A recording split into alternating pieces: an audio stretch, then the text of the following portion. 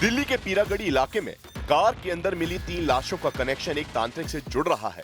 हालांकि इस मामले में पुलिस और पीड़ित परिवार के लोग एक दूसरे के तर्क और दावों से सहमत नहीं हैं, लेकिन इस बात से कोई इनकार नहीं कर रहा कि कार में मिली लाशों का बाबा से कोई कनेक्शन नहीं है।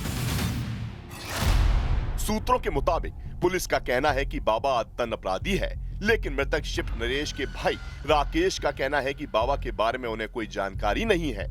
पुलिस का कहना है कि तीनों की मौत से पहले बाबा कार में बैठा हुआ था, लेकिन राकेश का कहना है कि केस को डाइवर्ट करने के लिए बाबा का एंगल घुसाया जा रहा है। पुलिस का कहना है कि बाबा 4 गुना पैसे का लालच देकर लोगों को अपने झांसे में लेता था। वहीं राकेश का कहना है कि कोई बाबा किसी का पैसा कैसे बढ़ा सकता है।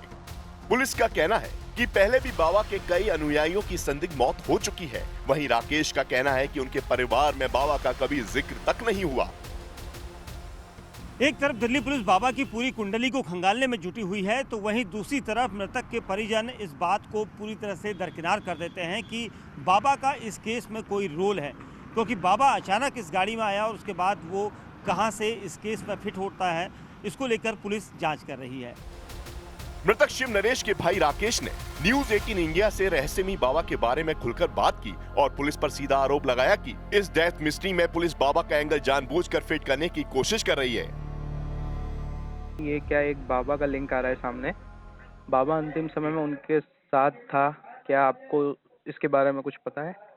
नहीं, इसके बारे में कोई जानकारी नहीं है। क्या कभी किसी बाबा का जिक्र परिवार में हुआ था या आपसे उन्होंने किया हो?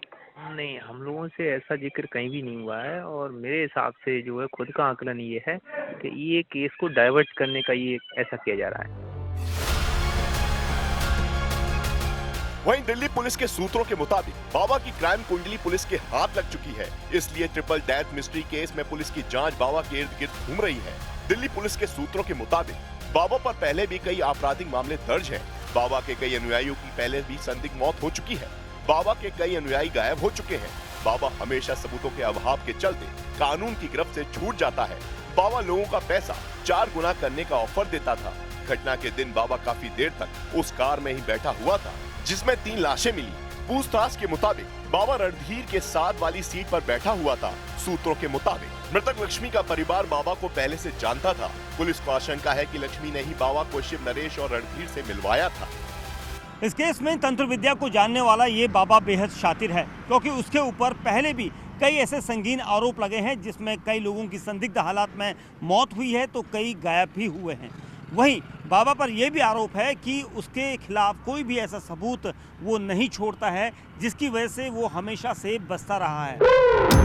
पुलिस के मुताबिक बाबा साधारण जीवन जीता है। वो आम आदमी के गेटअप में रहता है। बाबाओं वाली वेशभूषा में नहीं रहने से बाबा को देखकर कोई ये नहीं समझ सकता कि ये तांत्रिक है। हालांकि इतनी जानकारी के बावजूद पुलिस अभी तक ये तय नहीं कर पाई है कि कार में मिली लाशों का कनेक्शन सुसाइड से है या फिर मर्डर से।